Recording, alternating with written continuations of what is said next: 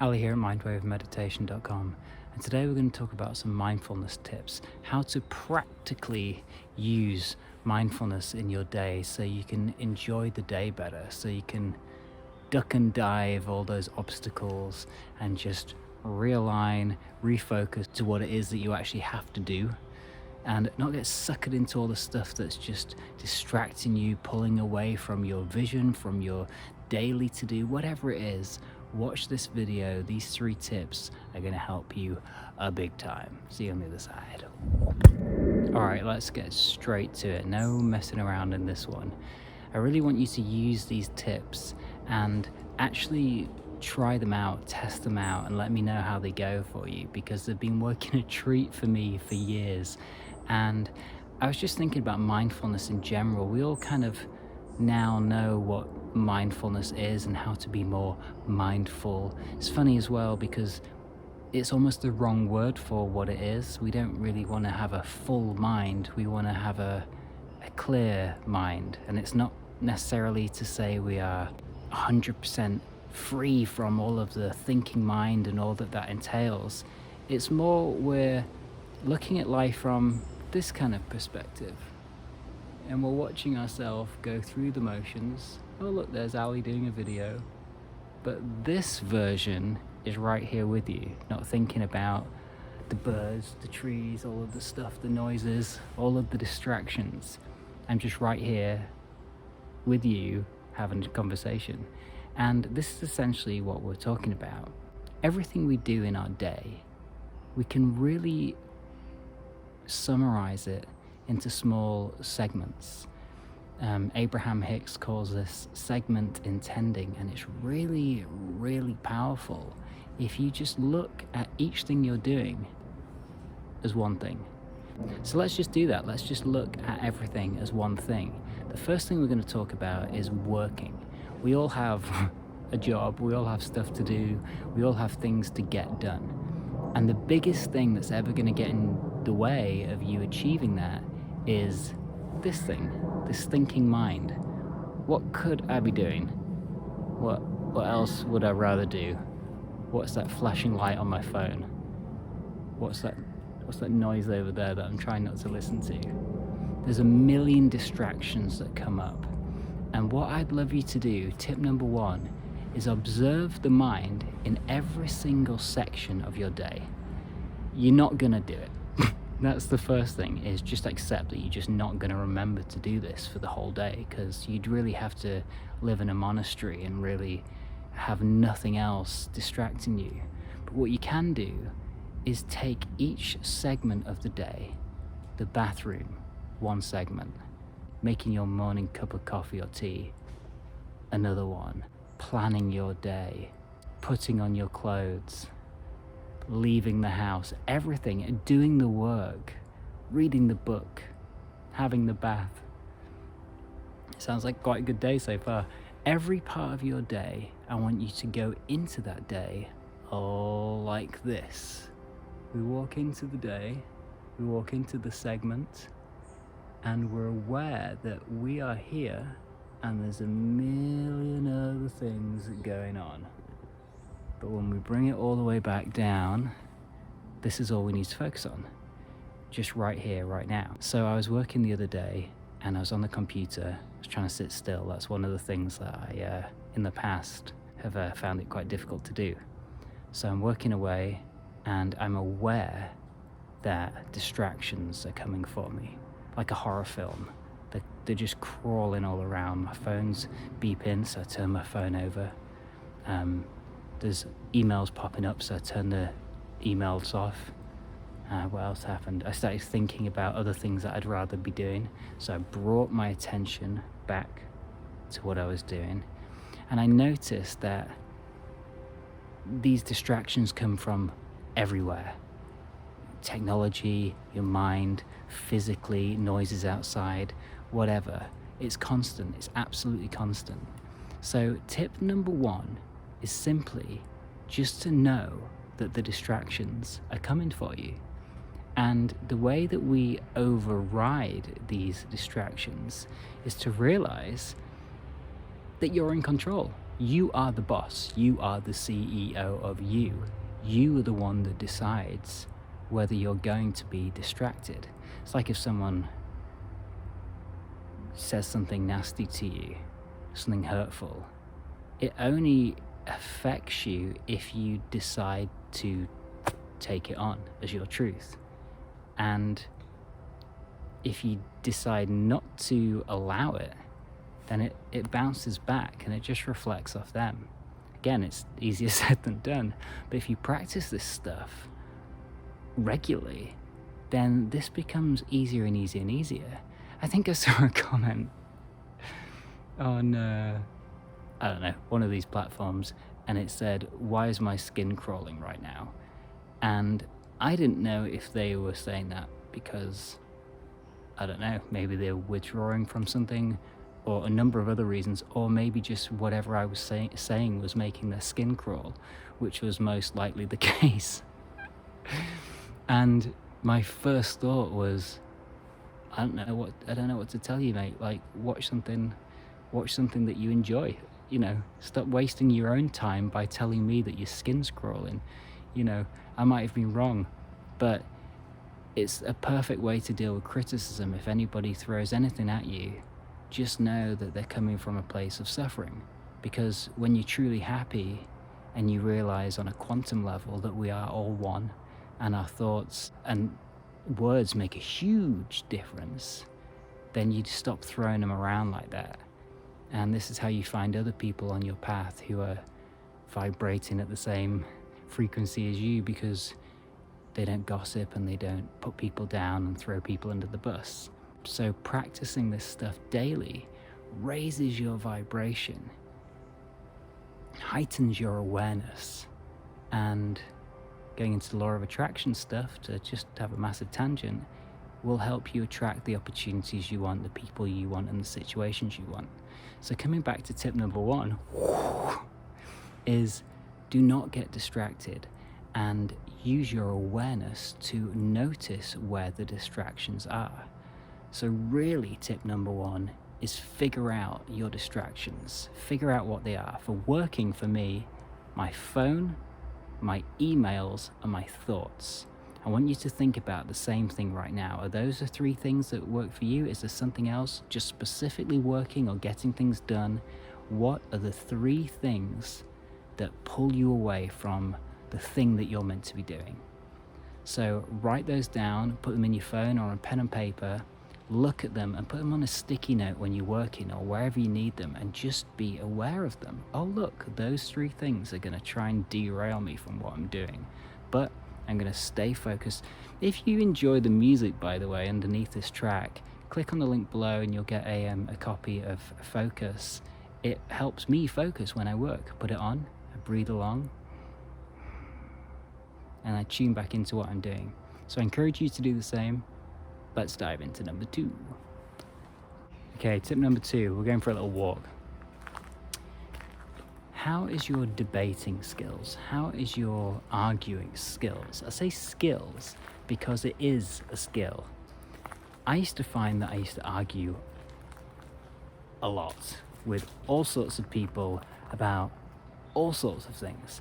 I think I actually found some kind of thrill in the excitement of debating and arguing, because I was starting to pick up my vocabulary. I was starting to think a lot about a lot of things, and I had a lot of opinions. And I enjoyed exercising those opinions with other people that also did the same. Now, I also found that by doing this, I got into a lot of heated debates, a lot of arguments, and that's never really where you want to be. Unless you're doing this for work, it's not a fun thing to do. It's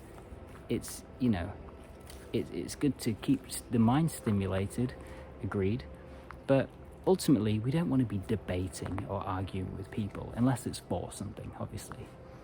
So what I want to encourage you to do with tip number 2 is to mindfully argue, mindfully debate. Now, I still have debates and arguments from time to time, and what I do these days, which has been massively helpful on so many levels, is to do a little trick which really helps me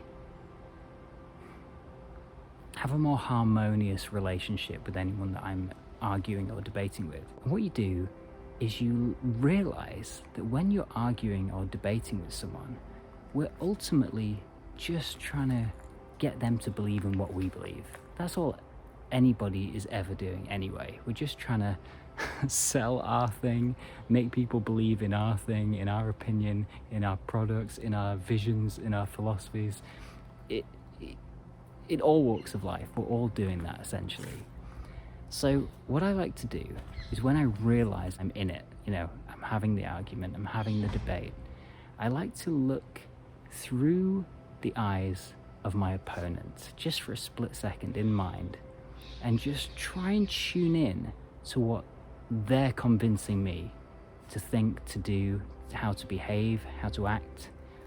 And until I've got that in mind, whether I believe it, agree with it or not, to know what they're trying to achieve, to hear them essentially. So we can say, I see you, I hear you, I understand you. And from this place, this is when you can start to argue or debate mindfully, because you know what they're intending, you know what they want. So now you're in a different state of mind. You are on the same page as your opponent, your fellow debater, and you can feel a sense of compassion this time as another human being that you're interacting with. They want something, you want something, but you also have the awareness now to know what they want and what you want, which is a massive advantage, because most people go into debates or arguments just full power, steaming, I want this, and you're wrong. And if we can come from this place, this knowingness, this awareness, we can approach this calmly, then we can master the art of debating. Okay, so tip number 2, to master the art of mindfully debating and arguing is to go into the debate, into the argument, dive into what they're after. They're after something. They want to convince you of something. If you get there before they know you've got there, then you've got more to play with. You've got more ammo. And look, at the end of the day, if you're in the wrong, put your hand up. You take the punches, and you've done wrong, whatever. Admit it. Rule number 1. If you haven't, if you feel confident in what you're talking about and you think that you've been wrongly accused, or you have a really good point to express or put across, then go in full force. So we dive into their mindset, and number 2 is to stay on point. Stay on point. This is using mindfulness. What are we doing right now? We're mindfully arguing. There is an end game here. The greatest end game is to agree to disagree if you don't convince the other person. That's the only other harmonious option. So even knowing these things, instead of just blindly going in there trying to convince your mum of something, or your dad, or your work colleague, or your friend, or the random person on the street who you've no idea anything about. So essentially what we're saying here is pick your battles.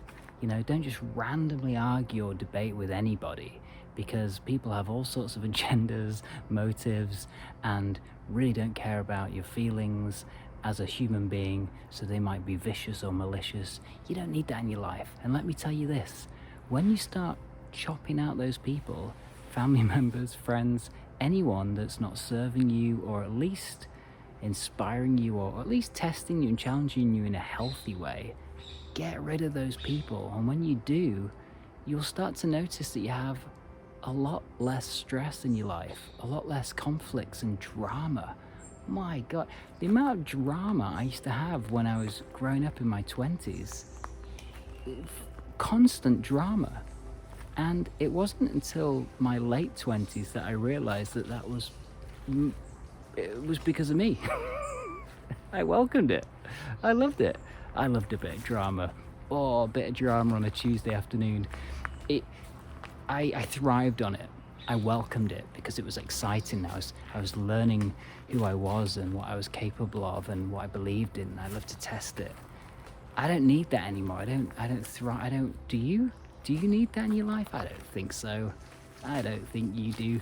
So when we go into this, remember to stay on point.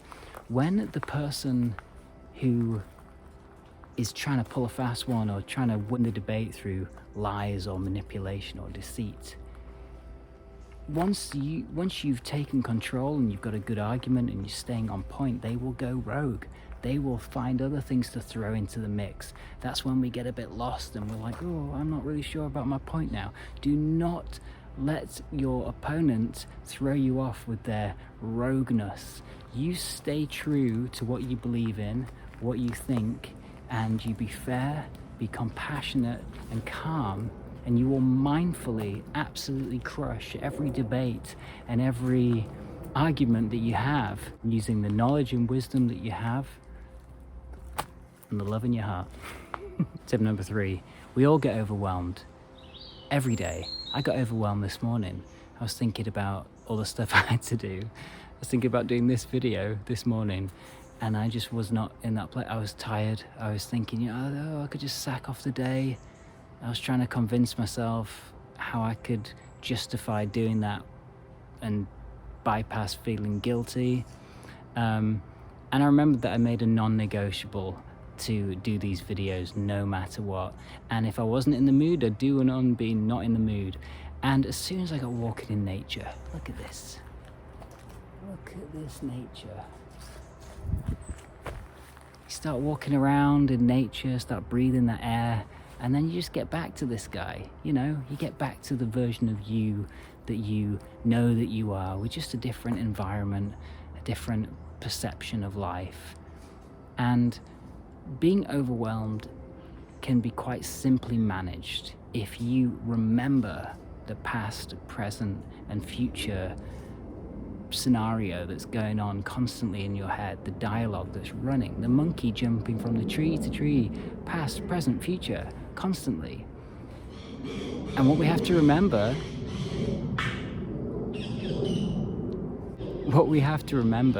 is that the overwhelmment comes from the future thinking mind. Oh my God, I've got to get this done. How am I going to get this done? I don't feel like doing this. Oh, I don't know how to do this. Oh, where am I gonna? All of the above and more. It's always just a conveyor belt of future thinking thoughts that make us in the present moment feel anxious. So what we have to do is just constantly observe the mind, the future thinking mind. And all we ever really have to do is stop and look at our mind and think, are these thoughts my present thoughts or my future thoughts or my past thoughts? I say this all the time. One of my favorite quotes: if you are depressed, you are living in the past. If you are anxious, you're living in the future. If you're at peace, you're in the present. And those 3 sentences alone could save your life. They save my life, and I think about them daily, absolutely. And so what I invite you to do is just to remember to practice this mindfulness thing. Just do one thing. It's always just one thing. And that's observe the mind throughout the day and realize, are you in the present?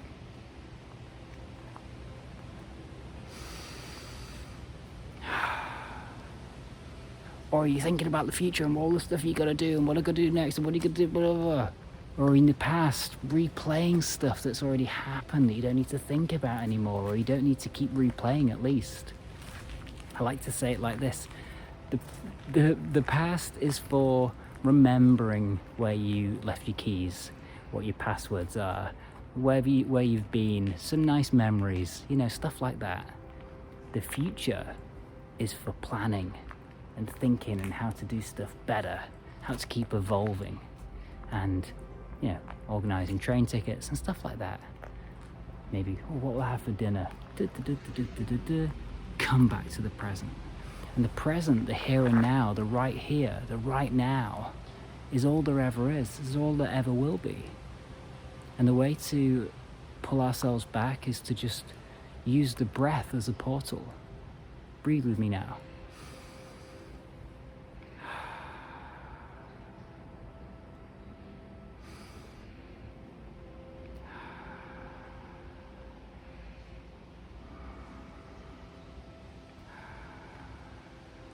And I want to just be really honest, I just looked at the time then. I was thinking, oh, how long has this video been? I jumped out of presence when I was explaining presence to jump into, oh, that video is going to be about this long. I just thought I'd share that with you. You know, even when explaining videos on being present, we're sometimes not always present. So this is something we've just got to constantly observe, constantly practice. And the more we practice it, the better and better we get at it. And the more we practice it, the more times we notice, just like then, when we're not doing it. And that's perfectly fine. That's progress. That is mindfulness. That's meditation.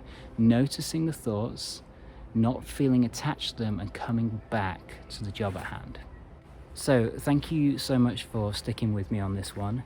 Please remember to do all of these things. Let me know in the comments below how you're doing, what's helping you, other tips and tools that work for you.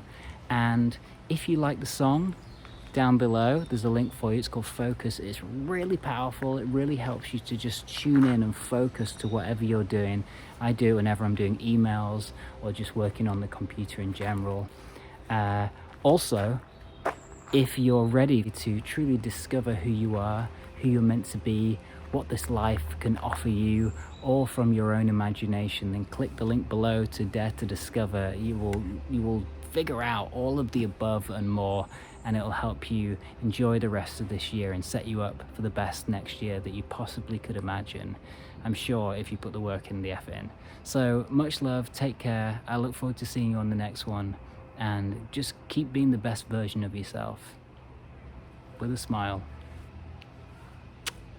Peace.